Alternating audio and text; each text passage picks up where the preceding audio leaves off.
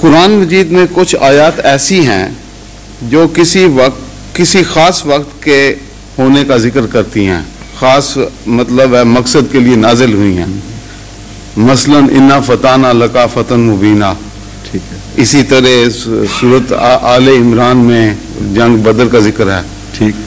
اسی طرح ما ودا کا ربو کا وما قلا میں حضرت محمد مصطفیٰ صلی اللہ علیہ وسلم کا خاص ذکر ہے. تو اگر یہ واقعات رونما نہ ہوتے تو کیا یہ آیات نہ اترتی؟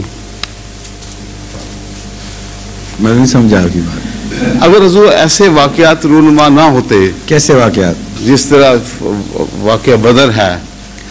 واقعات اگر نہ ہوتے تو تعلیم ضرور ہونی تھی، ان کی خبر نہ ہوتی. خدا تعالیٰ نے جن واقعات کا ذکر کیا ہے وہ کسی نتیجے کی خاطر ذکر کیا ہے، کوئی تعلیم دینے کے لیے ذکر کیا ہے. تعلیم ایک لازمی ہے، حیثیت کی چیز ہے جو انڈیپینڈنٹ ہے.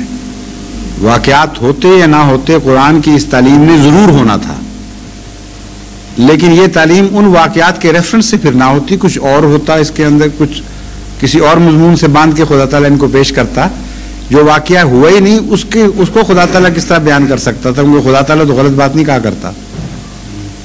لیکن تعلیم اس کے باوجود ابدی حیثیت رکھتی ہے. ان واقعات کی وجہ سے تعلیم نہیں ہے، بلکہ چونکہ واقعات ہوئے اس لیے اس تعلیم کی روشنی میں ان واقعات کو حل کر دیا گیا. چلے جی آپ وسیم صاحب.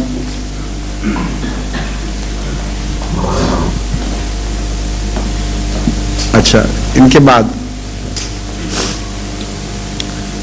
ابھی حضور نے